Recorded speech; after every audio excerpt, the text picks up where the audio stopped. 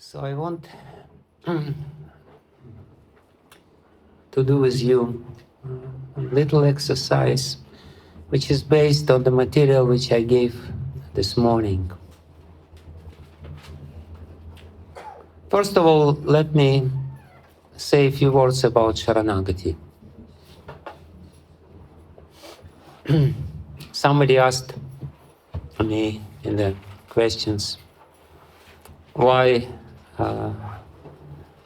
in the verse Anukulyasya sankalpah pratikulyasya varjanam rakshishyatiti vishvasogoptritve varanam tatha atmanikshepa karpane sadvidha sharanagati. The order is from Anukul to Atmanikshepa and Karpanya, and why Srila Bhakti Vijnana Thakur gives the opposite order. This question actually was answered by Vedanta Deshika, because in different tantras, the order of the limbs of sharanagati is given differently. The verse which we all know is coming from Lakshmi Tantra. And in Lakshmi Tantra it is said, first we do something which is favorable for our master, and then we avoid to do anything which would be displeasing to him, and we feel that he protects us and he maintains us, and we also feel very humble, and ultimately we are ready to give everything which we have to him. In other tantras like Avirbunya Samhita, the order is opposite. And Vedanta Deshika answering this question, because usually order means something.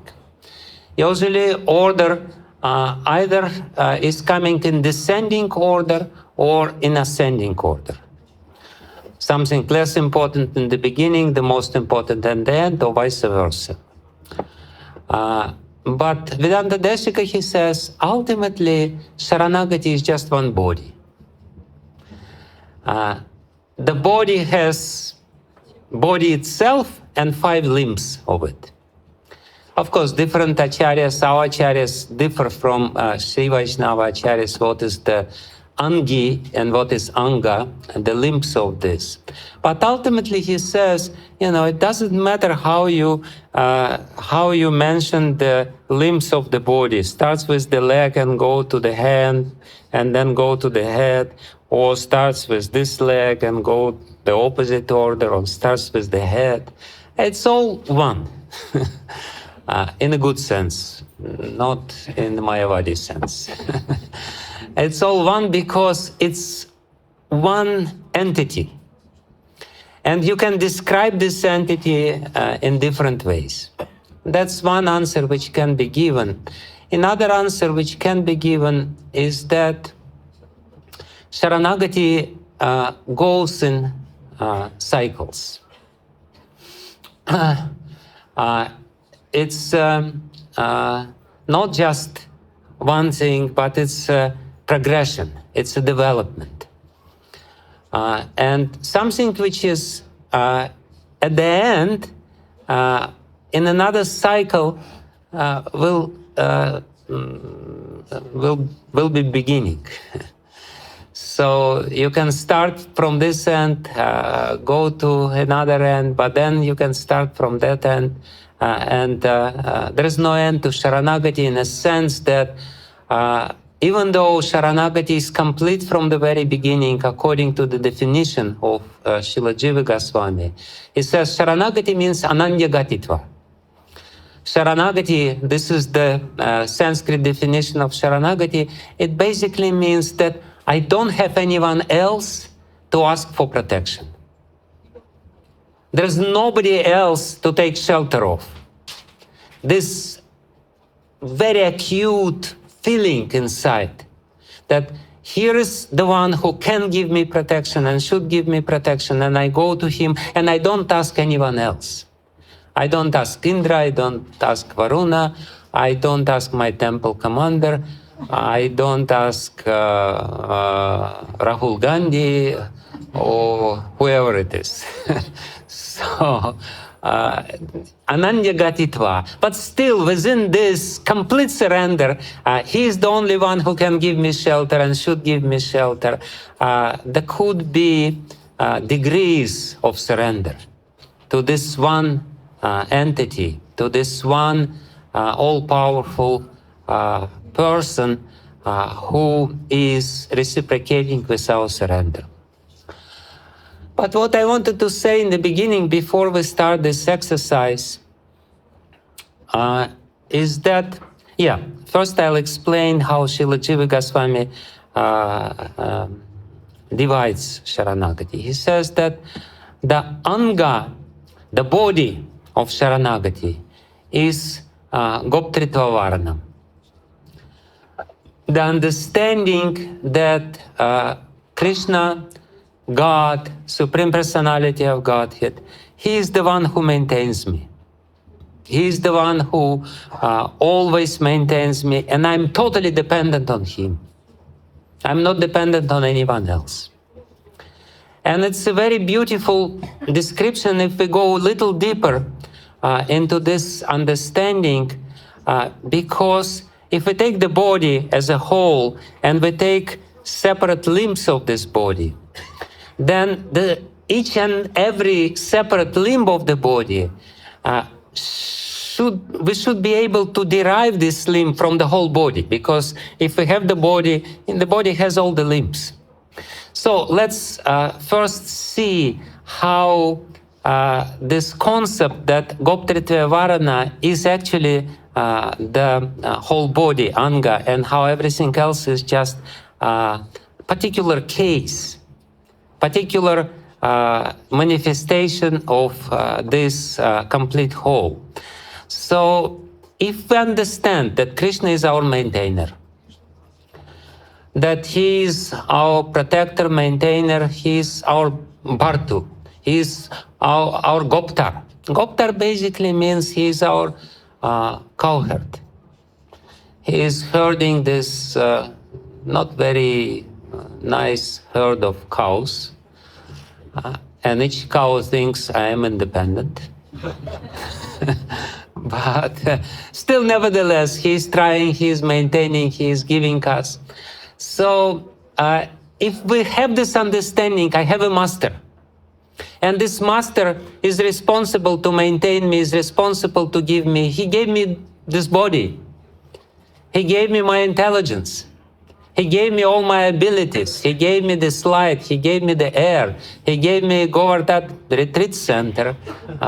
He gave me so many things. He is the one who is giving, and He continues to give. Gives all the time. Then obviously, if this understanding is very clear in our mind, then obviously we will want to do something which is pleasing to Him, isn't it? If you have a master and you're dependent on this master, and this master is giving to you, and you want to get a little more from this master, then naturally what you do? You try to figure out what is pleasing to Him. So that's point number one, very clearly. And obviously, you will also try to avoid something which is displeasing to the master. Because if you are dependent on the master and the master is displeased with you, what will happen at the end? You will get less. So these two angas are very easily coming from that. Now, of course, if we have this master and he is maintaining, he is responsible for us, then will he protect us or not? Yes. Will he give us protection? Of course. Naturally, he will give us protection. He is the master. If you have a cow, I don't know if you have a cow. Namananda has cow. Nowadays, it's mostly brahmacharis who have cows. Grihastas cannot afford to have a cow.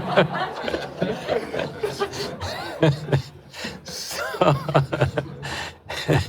if if you have a cow and you're responsible for this cow, you're feeding this cow, you're making sure that the cow is clean, that the cow shed is nice, and then the cow has enough sun to walk, then naturally you will protect this cow, isn't it?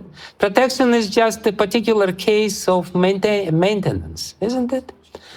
And then Atmanik Sepa Karpanye, if you really understand that I have a master and I'm totally dependent on this master, and you have internally this feeling that I'm dependent on this master, then naturally the desire to reciprocate with what master is giving comes. He is giving us so much. Why doesn't I give him myself? I anyway totally dependent on him. I am his. I belong to him. So it's actually, it's a very nice and generous gesture. I give myself to the Lord. Come on, you're already his. You don't have to give yourself to the Lord. It's just the reality. And then Atmanikshepa Karpanya. The last point of sharanagati is karpanya, which comes from the word kripa. Kripa means mercy. Kripa means, I don't know if there is a good English word for this. In Russian, there is a very good word for kripa. Kripa doesn't mean milost. Kripa means жалость. When you pity somebody. Kripa is this feeling when you feel the pity upon somebody. And karpanya means I feel that I'm pitiful, that somebody should look at me and see how pitiful I am. This is what karpanya means. It's dinatva or whatever. This feeling that I need some pity, not even mercy, pity, because mercy can be little discriminate. Pity is just, this guy is so hopeless, let's pity him. So that's karpanya. So if, again, this all can be easily derived from this notion, goptritva varanam. Krishna is my maintainer, and everything else is just particular cases of this idea, of this concept, or of this feeling. Again, we're talking about sharanagati as emotional states. So the main point of sharanagati is to understand that I'm totally dependent on the Lord, and He's protecting me, and He's seeing how I need His protection. And I show to Him that really I need your protection. I need this. So this morning, why I'm talking about this morning I told a very important point. That is, emotion always has some physiological component in it. Emotion which is coming in the mind, which arises in the mind from the desire of the soul. The soul desires, and then in the mind, a certain emotional feeling comes, and this emotional feelings transforms the body. As I gave the definition of emotion of bhava, this is manovikara. This is the transformation of the mind, which ultimately comes and transforms the body. There are certain processes, physiological, chemical processes, which are taking place in the body when we experience some emotions. So this is the process which is descending process. The soul wants something, then the mind experiences certain emotion according to this desire of the soul, and then the chemical chain reaction starts in the body. But the opposite is also true.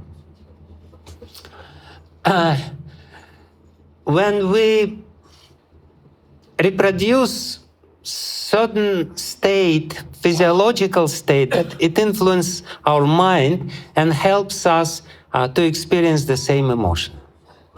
So what I want us to do now, I want us to think about the situation when we felt completely protected, completely dependent on somebody, and at the same time completely protected by this particular person.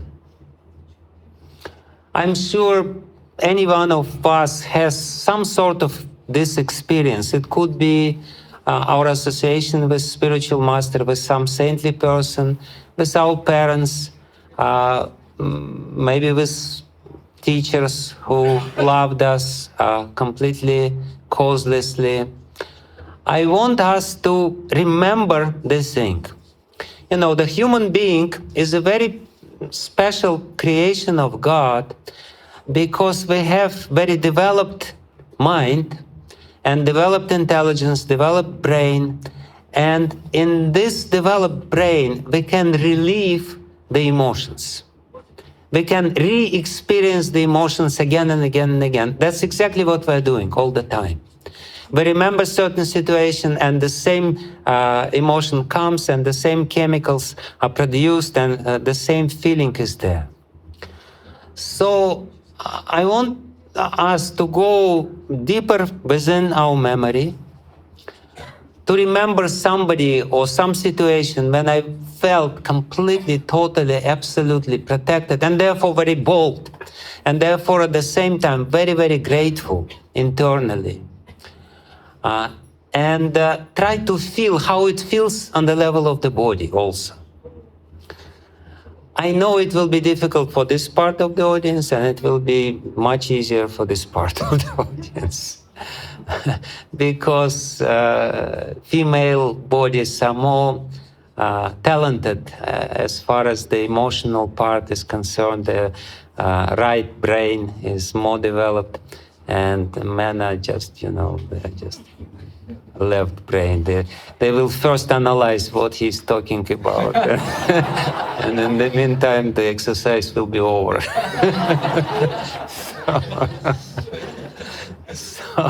But I want to us to try to relieve this emotional experience again, and try to chant Hare Krishna mantra with this emotion, because ultimately that's what sharanagati means. Sharanagati means the emotion of gratitude, the emotion of total, complete security. I am absolutely secure. There is nothing to worry. Somebody asked Srila Prabhupada, Prabhupada, how you feel when you chant Hare Krishna? And Prabhupada made a pause for a short while. He was thinking, and he said, I feel fearless. That's exactly what I mean. This emotion of sharanagati is the feeling when you're totally protected, when you're fearless. You know that there is a protector with you, and you want to express your gratitude, or you want to say something to him. So it may be, you know, for different people, it may be different situations, but I'm sure that every one of you had some sort of experience of this sort when you're completely protected. So that's what it means. And by this emotion of sharanagati, and by chanting with this emotion, we will conquer over the stressful, negative emotions which we experience normally. So let's do this exercise for 10 minutes. Are you ready to chant for 10 minutes? Okay. Shri Krishna Chaitanya Prabhu Nityananda Shri Advaita Gadadhara Shivasadi Gaura Bhakta Vrinda. Hare Krishna Krishna Krishna Hare Hare, Hare Ram Ram Ram Hare Hare. Please don't be lazy. Don't be emotionally lazy. Hare Krishna Krishna Krishna Hare Hare, Hare Ram Ram Hare Hare, Hare Krishna Krishna Krishna Hare Ram Hare Krishna Krishna.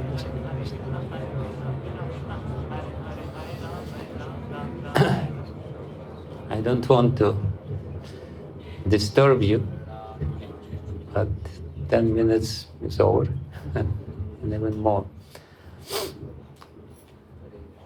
Somebody was bored while chanting Japa? No? So that's a very important point. As I said, emotions, as some people little jokingly derive this word emotions, they say energy in motion. But it's a fact. Emotions is a certain sort of energy.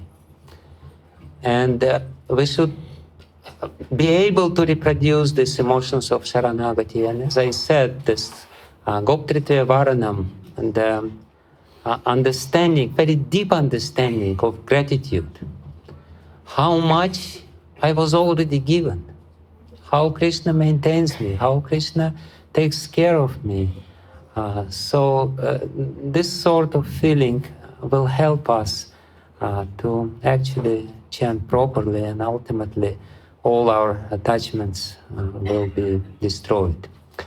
We will do more exercises, but maybe not now, because we only have 20 more minutes to go, right? So I will try to answer some of your questions. You like the exercise?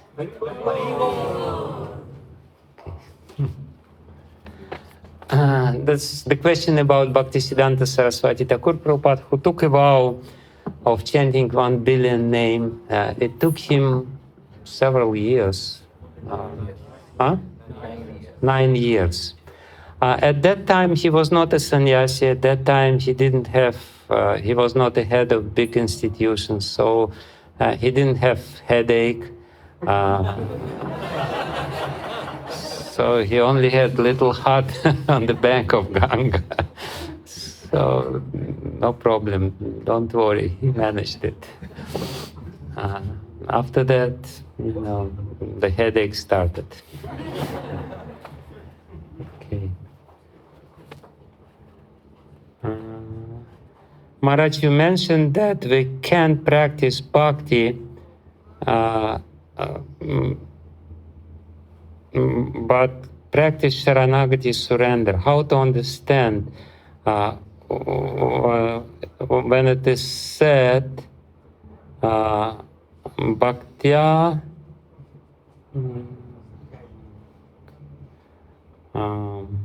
sadhana-bhakti leads to bhava-bhakti, bhaktya sanjataya bhaktya.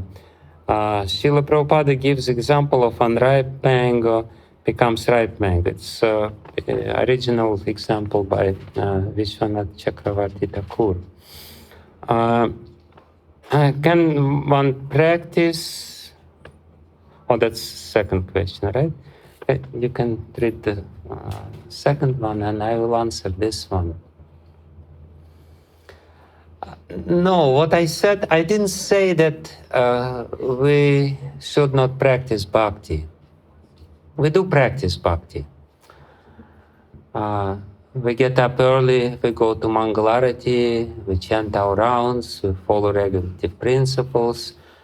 So many things which we do, and that's called sadhana-bhakti, and that's still important. But we should not think that the result of it is result of our endeavors.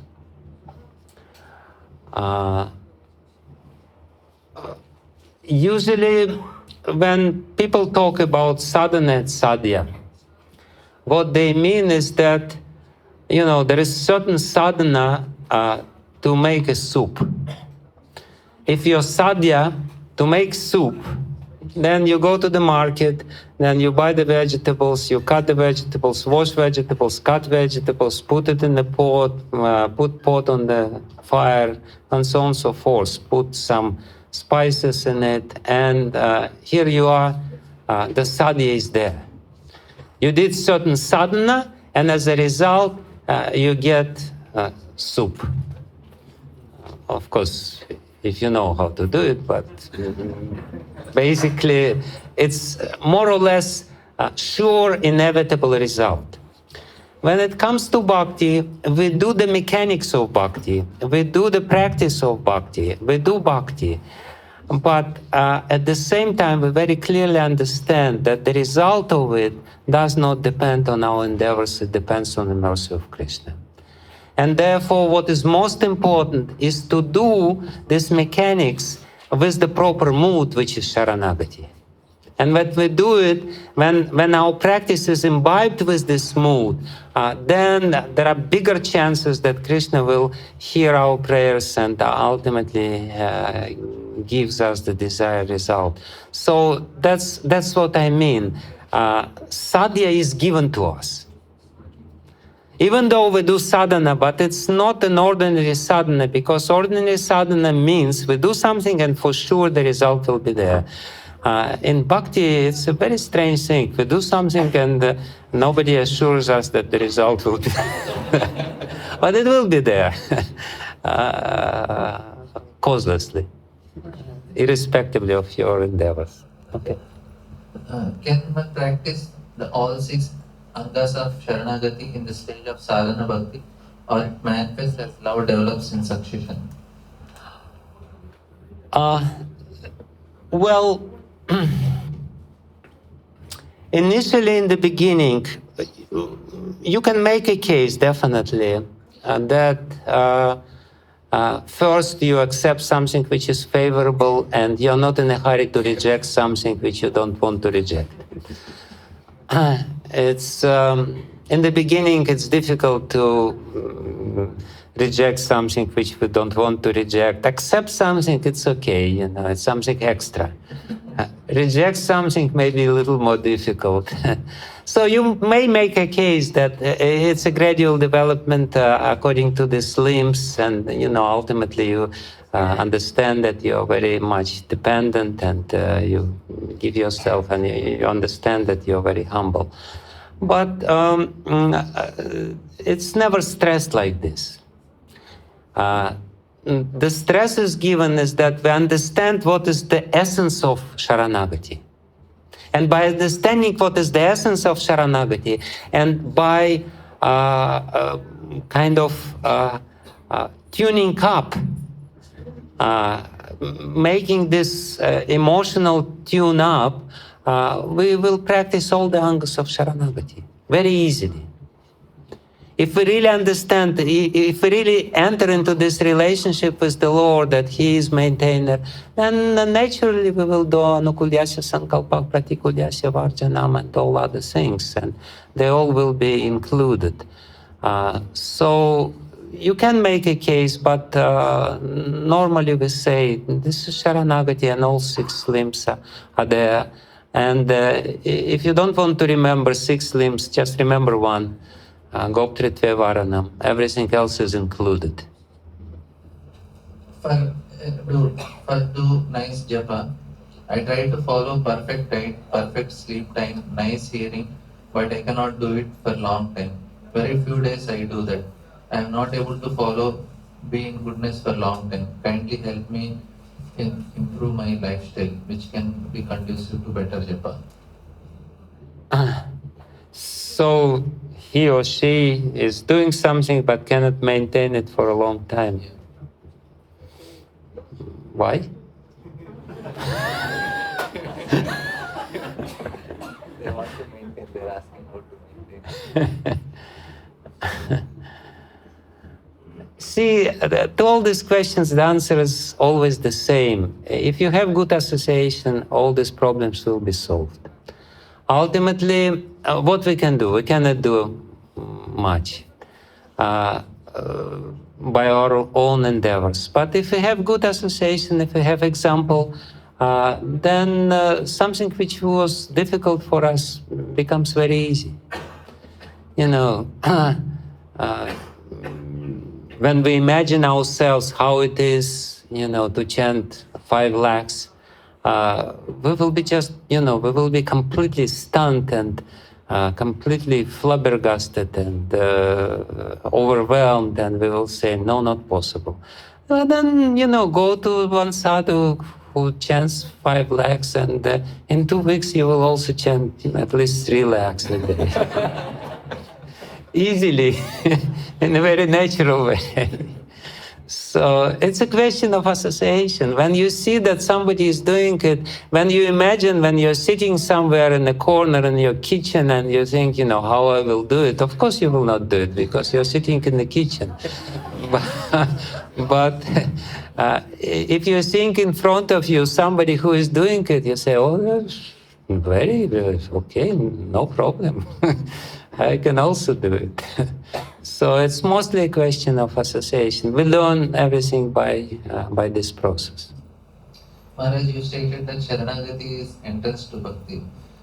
Jiva Goswami states in Bhakti Sandarbha that Purna Shraddha is symptom of sharanagati. My question is, before coming to this stage, is our bhakti is mixed?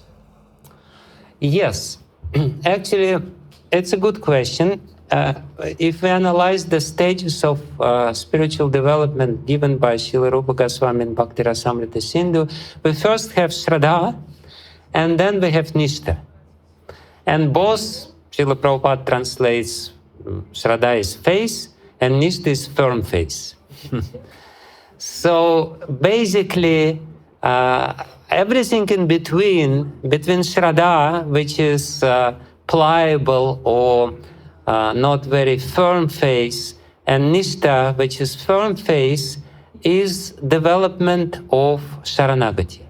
Because sharanagati is the equivalent of faith. And when we do it properly, then our sharanagati becomes more deep, and our bhakti becomes less mixed. So in between, you know, from up to Nishtha, our bhakti is mixed. And therefore, Bhaktivinoda Thakur says it's called bhakti only because our acharyas have very generous heart. Actually, it's not bhakti, it's bhakti abhas. It's just a shadow of bhakti. It's a little ghost of bhakti. It's not bhakti proper. So, but when the sharanagati becomes firm, and that means achieving the level of nishtha, when you don't have any doubts, when you don't have all these mental disturbances, when you know that Krishna is maintaining you and you achieve the humility of the heart, then your bhakti is not mixed. Sharanagati is to be practiced. At the stage of nishtha, when one is self-realized, he sees within himself all the anantas, past life, this life, sins, and he cries, Amara Jivan. This enters, Sharanagati is naturally manifest. So, till coming to the stage, how should one strive without artificially acting or pretending?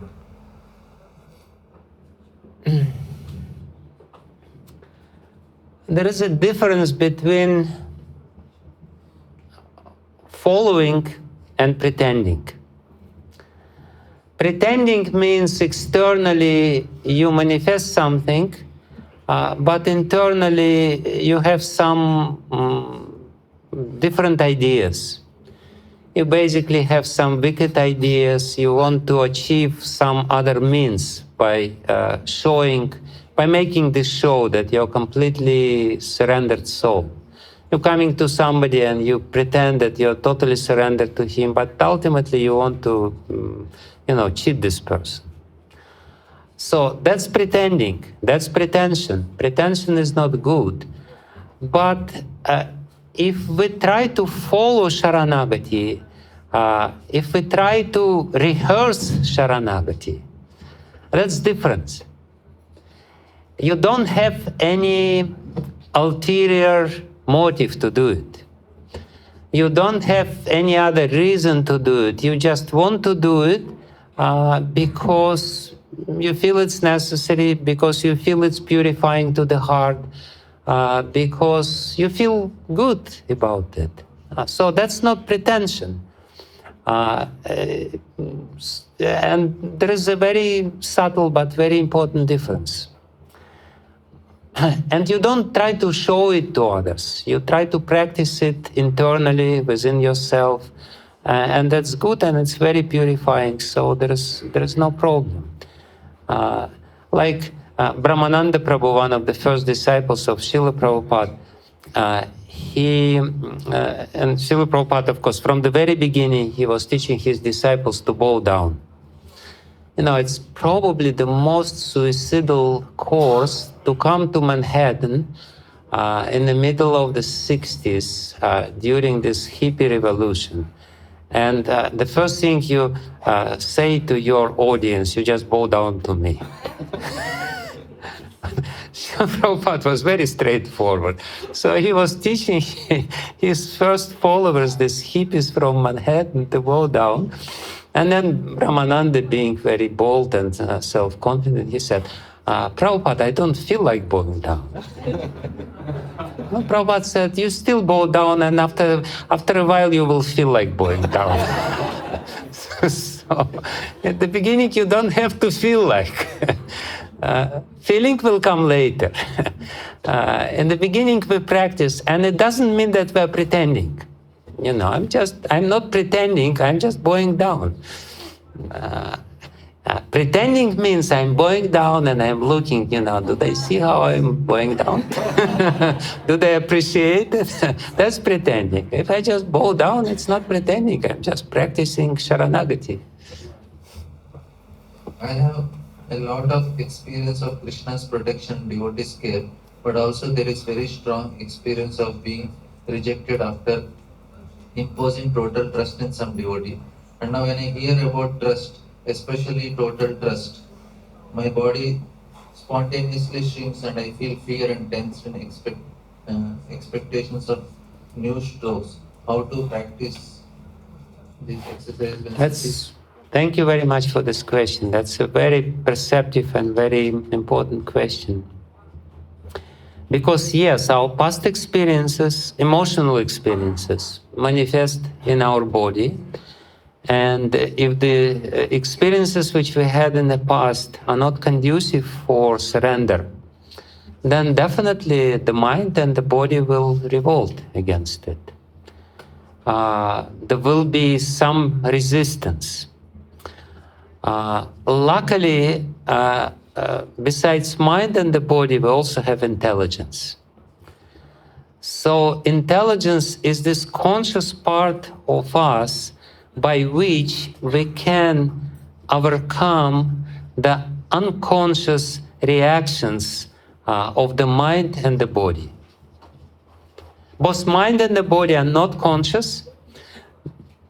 They just react according to the samskaras which are there from the past experiences.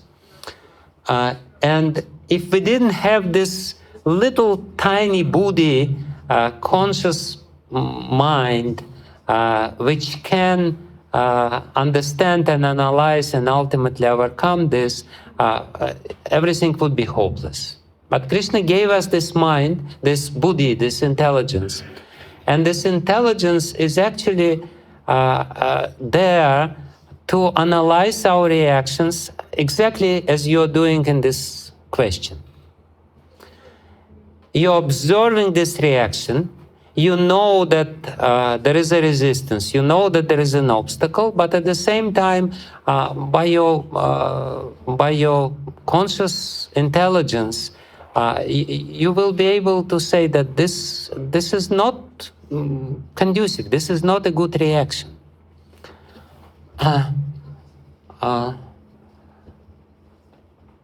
Like some people, they had different phobias. And usually phobias is a result of some frightening experience, especially when they were very vulnerable little kids, babies. and then something happened to them, and this experience became very big in their mind. They say that Napoleon, he had panic attacks whenever he would see cats, because when he was a little baby, his nurse came to the garden, and the nurse left him alone, and at that time the cat approached little Napoleon. And at that time, Napoleon didn't know that he's a Napoleon. And then the whole world will surrender to him. And he became very much afraid of this cat. And Lord Nelson, from the British side, he knew about this problem of Napoleon. So when the fight in Waterloo started, then in front of British army there were hundreds of cats, a few dozens of cats. And Napoleon, when he saw them, he became so frustrated, he just left and he lost the battle. But the point is that all these fears which we have, all these emotional reactions, they're real. But they're based on certain illusory experiences. The reactions themselves are real, and we have to recognize the reality. We shouldn't reject them. We shouldn't try to push them away. No, instead of pushing them away, we should go deeper into that and try to understand, is it something substantial or not? And with this analysis, this emotional thing will shrink. Here the author of this question says, my body shrinks when somebody says to surrender. Now I suggest you to shrink this fear instead of shrinking the body. Just try to go there, not be afraid of this reaction. Admit that this reaction is there, sit with this reaction, and you will actually understand that maybe cats are not so bad. Maybe they are nice creatures. Maybe they're not so harmful as you think. So, cats are maybe not so bad, but devotees whom you surrendered, it's a different question. But what I want to say is that if you analyze this, maybe you will find somebody who is really trustworthy. You might have did this mistake, just admit that this was a mistake. Nobody is guilty. I was foolish enough. I invested my trust into somebody who was not trustworthy. It happens. No problem. It doesn't mean that I should not trust anyone from this point on. The trust is my way of living. Without trust, I will not be able to achieve anything. Trust is very necessary. And if this painful experience which I have precludes me of developing trust, then I have to deal with this experience in a very mature way and say, yeah, I was cheated, I was betrayed, somebody inflicted some pain to me, that's fine. That's a lesson which I learned. I will be more careful next time, but it doesn't mean that there is no trustworthy people in this world. I might have been cheated for hundreds of times. It doesn't mean that, on the 101st case, I will also be cheated. No. Just be intelligent and go very boldly into what we should go. Trust is necessary. Trust is very necessary.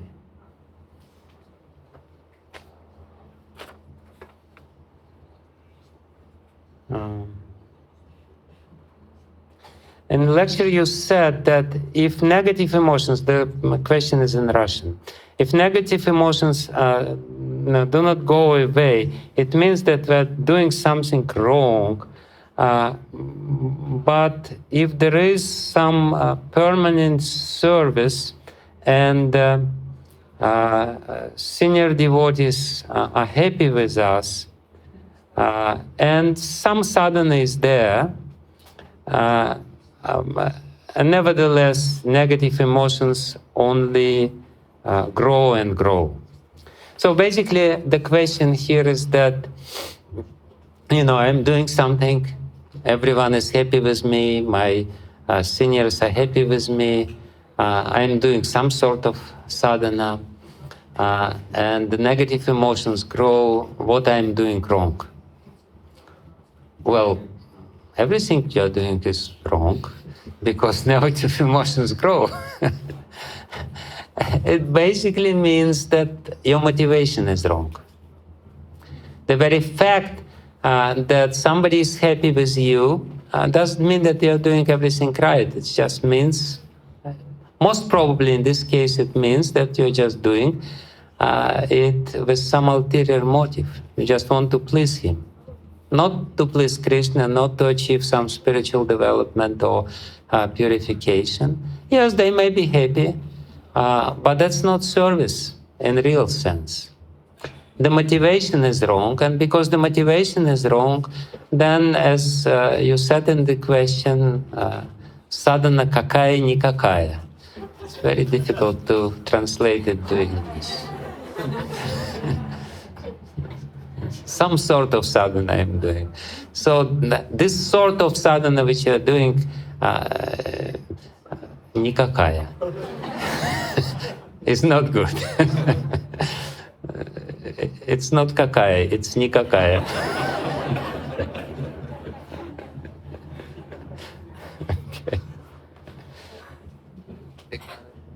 Okay, yeah. So now we have emotional part of our retreat, drama. Drama is the best way to experience emotions, especially when we absorb into what is happening. And I don't know if you know the director, the leader of this group, which we are going to see. Her name is Madhurya Kadambini, and I know her for a long time. Madhurya Kadambini, her very name means the cloud of nectar, and she very humbly calls her theater the cloud of nectar.